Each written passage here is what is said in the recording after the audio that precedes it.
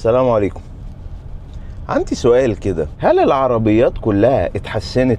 اوضح لكم وجهة النظر. انا واحد من الناس بركب عربيات الماني يعني طول عمري، وبركب عربيات ماركات تقيلة، ومن اول ما بدأت قصة تقييم العربيات دي كان البنش مارك او المعيار اللي بقيم عليه معيار عالي شوية، ما كانش فيه اي عربية بتملى عيني بسهولة. ولكن مؤخرا بقيت لما بجرب عربيات كتير بلاقي العربيات حلوة، يعني انا شخصيا ممكن اشتريها واركبها. فهل انا معاييري انخفضت، ولا الصناعة بشكل عام والصيني على وجه الخصوص بقى بيقدم عربيات محترمة بجودة محترمة بمعايير مختلفة تماما عن معايير 3 4 5 سنين فاتوا بالكتير؟ والكلام اللي انا بقوله ده بينطبق على عربية التجربة اللي احنا بنجربها النهاردة، السو ايست الاس 06 نسخة الدي ام او الدول موتور اللي بتشتغل كهرباء وبنزين مع بعض. العربية دي كنا جربناها قبل كده بنسخة موتور الاحتراق الداخلي، العربية ال 1600. هحط لكم اللينك بتاع الريفيو بتاعها هنا عشان اللي برضو عايز ياخد فكرة عنها. وفي طبعا نقاط تشابه كتير بين العربيتين، ولكن نقاط الاختلاف اللي بين العربيتين بقى انا شايفها مؤثرة وجذرية فعلا. هي مؤثرة لدرجة ان انت لو راكب العربية من غير ما تبص على الشكل الخارجي تحس انها عربية مختلفة تماما.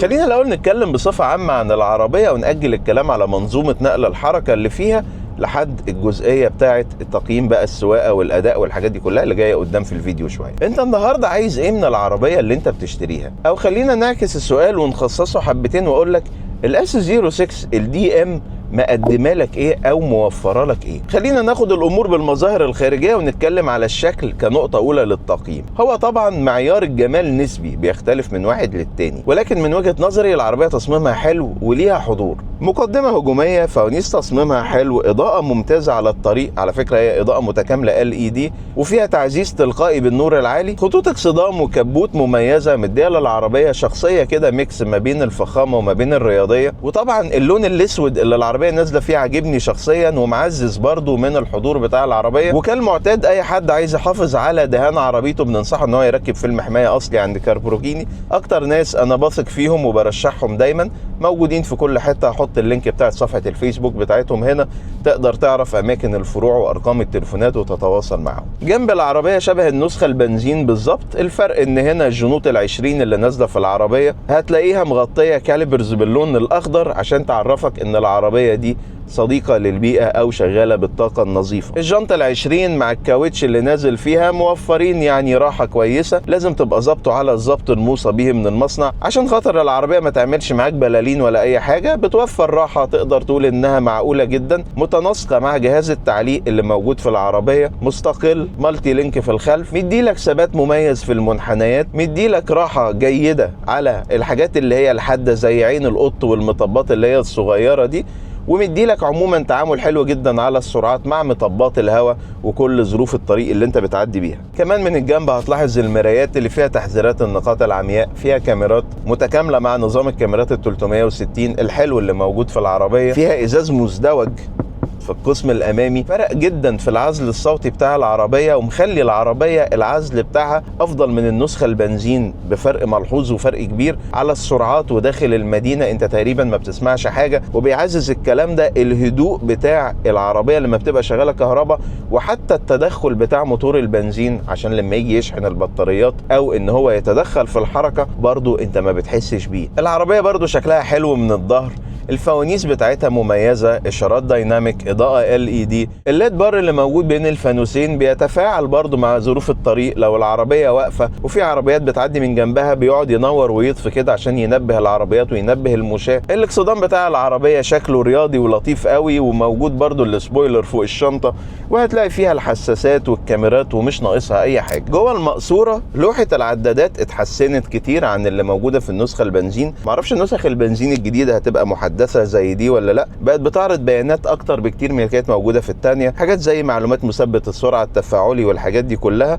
ما كانتش بتتعرض على النسخه البنزين. هنا بقت افضل، كمان النقاء والاضاءه والسطوع بتاعها افضل. الشاشه اعتقد هي ولكن برضو اتحسنت نسبيا لما تيجي تخرج من الابل كار بلاي، بقت اسهل ان انت تعرف تخرج منه من غير ما كنت تعمل خطوتين ثلاثه. كنت علقت على الموضوع ده في ريفيو العربيه العاديه. وطبعا لوحه العدادات بتعرض لك كل المعلومات الاساسيه، وضغط الهواء في الاطارات، ومعلومات مثبت السرعه، ونظام البقاء في الحاره المروريه، ومعلومات الطاقه والعداد والسرعه وكل الحاجات دي. في حين ان الشاشه الرئيسيه لسه فيها برضو كل اعدادات العربيه، سواء الضبط العام للعربيه او مواصفات السلامه والامان وتشغيل مواصفات السلامه الايجابيه اللي متوفره فيها، الميديا والتليفون والاندرويد اوتو والابل كار بلاي اللاسلكي. الابل طبعا اشتغل بمنتهى السهوله، ولكن الاندرويد اللاسلكي مع السامسونج برضو ما اشتغلش، رغم ان انا غيرت التليفون وماشي بتليفون تاني عشان تليفوني باظ. بس هي مع الابل خدته بالحضن، ومع ده كل شويه بتحاول تعمل كونكشن وما يشتغلش، فتحاول تريكونكت. اعتقد بتشتغل مع اوبو وفيفو ومع الماركات التانيه. كمان عندك منافذ يو اس بي تايب اي وتايب سي، وعندك برضو منفذ 12 فولت، وعندك مكان عشان لو هتحط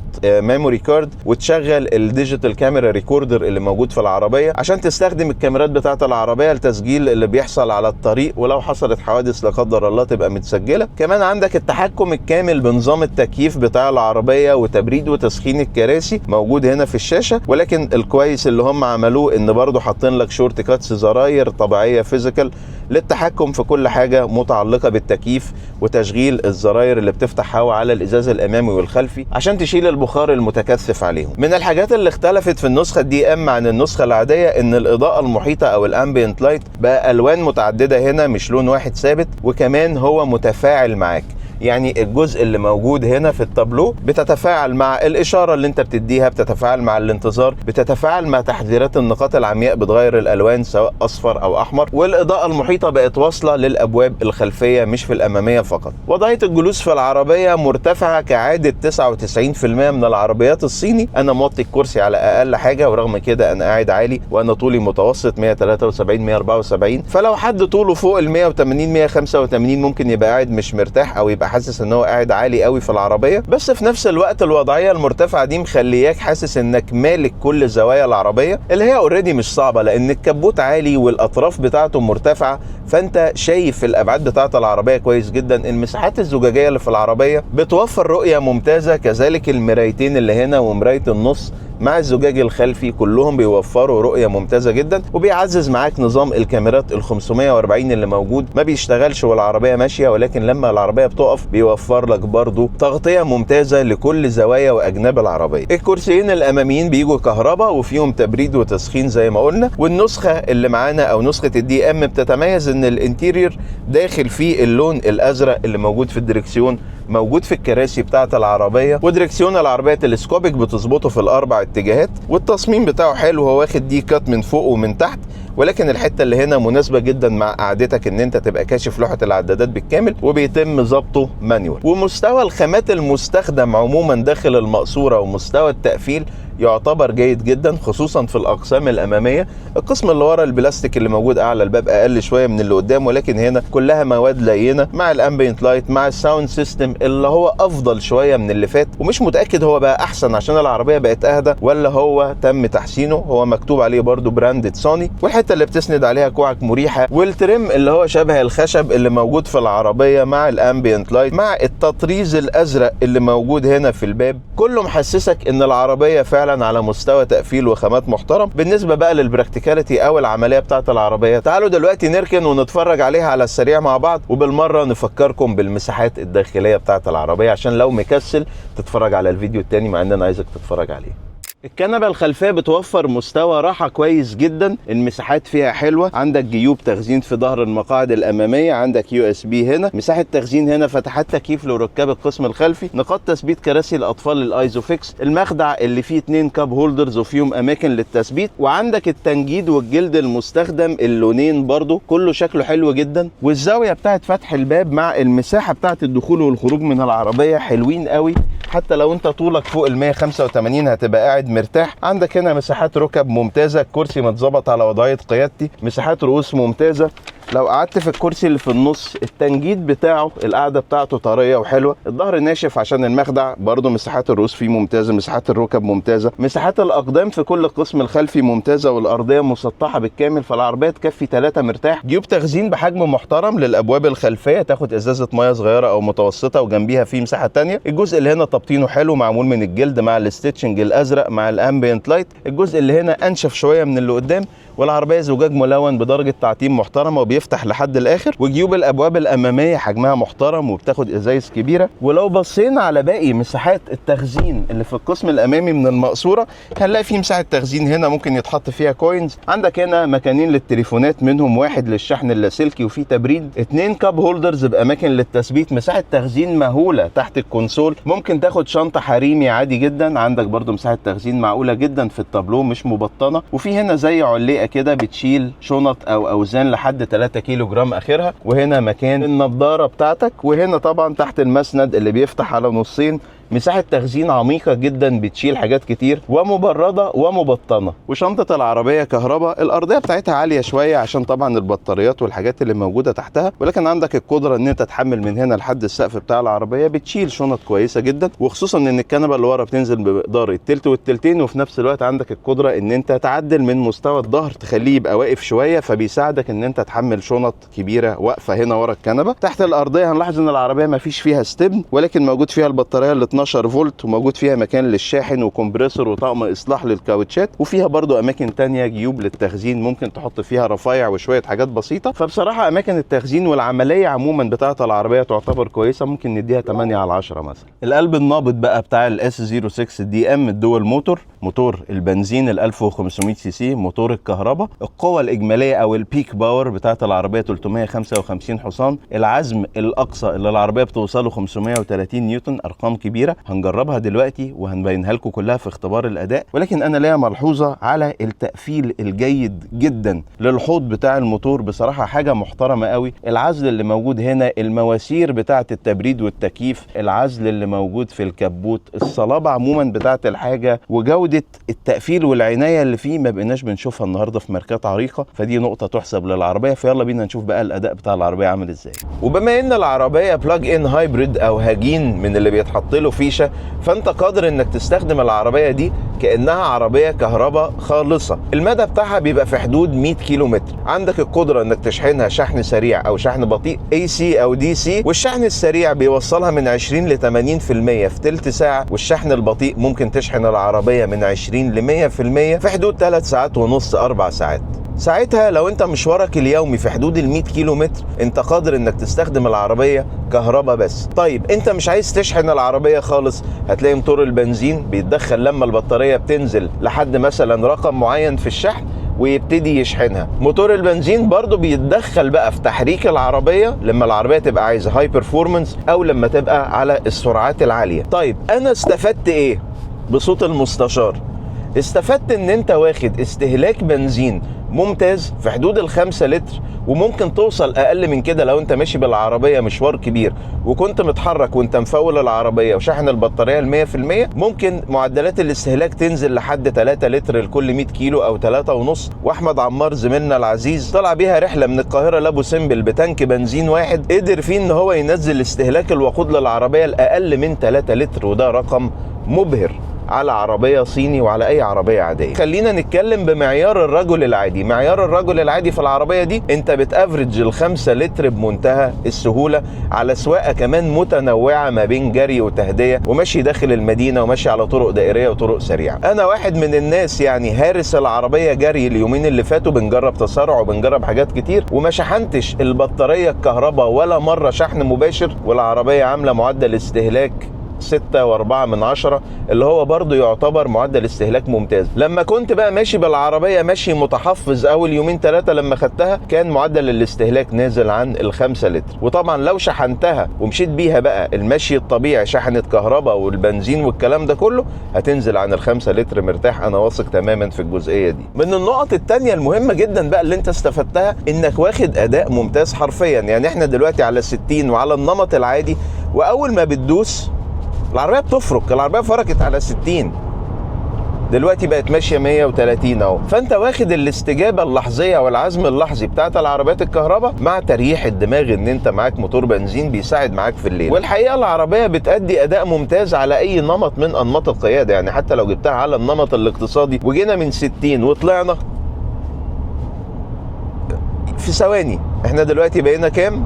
ادي ال 120 السرعه اللي انت بتبقى ماشي عليها قانونا في اي وقت. الاستجابه ممتازه، خصوصا كمان من السرعات اللي تحت لحد السرعات اللي فوق.